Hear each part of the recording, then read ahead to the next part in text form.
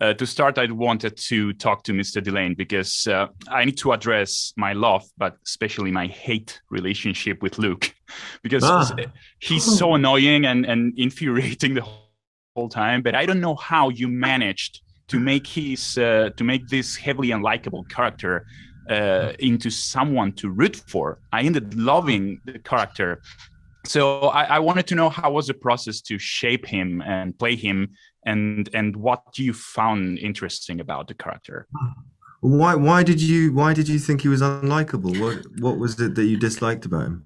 I'm not sure, but it was this whole sensation. It was like I dig for him, I root him, but it was this feeling of he's not trustworthy or whatever. Ah, I interesting. don't know, I but suppose he is quite untrustworthy in the end. Well, I'm not untrustworthy. I guess he's supposed to be a bit of a he's like a great surgeon and a very good at what he does, and refers to himself as a genius. So I think with all like uh, people who are, I mean, I don't want to say genius people, but with great people, they often can be quite unlikable. And I think his job as a surgeon means that he has to be quite detached from maybe human emotion at time, because he's essentially saving people's lives and doing all of that stuff. So, but you know, these characters are always fun to play. The people who are on the edge of likability or whether they're nice or not nice, I feel like Luke kind of transcended all that stuff. So I enjoyed playing him very much, yeah.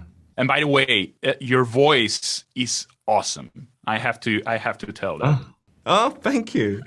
It's incredible. You have an amazing voice, man. Thanks, It's mate. incredible. So on the other hand, we have Stella. I found her so soft and warm, We but all like Stella. No. everyone likes her, of course. But she's got this huge internal conflict and this astonishing inner strength to manage the whole situation. So same. I wanted to know how was working on the character and why and how did you manage to express so many strong emotions in such a subtle way? Because it looks super difficult. I'm not sure. I just really loved her. And I think I looked at Clio a lot, weirdly. Clio has got, our director, has got this sort of incredibly soft, yet very powerful way of kind of being with others. And I think Stella is just like, she's just empathy. She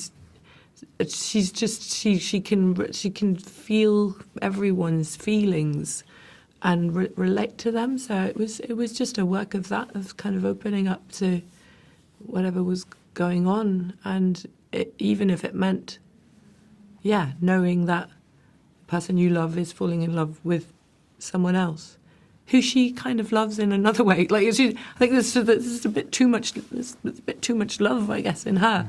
But then the tricky thing was to find moments where she still is hurt and she still is like suffering. To not make her too much of a saint, really, or too much of a hippie. And kind of, she is a bit of a hippie. Like she's got a sort of kind of, but to not make her too.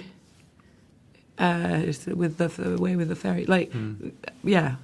So that was the challenge, and we talked a lot about it with Claire. Actually, Claire was very helpful in trying to find little moments where you can see how hard it is for her.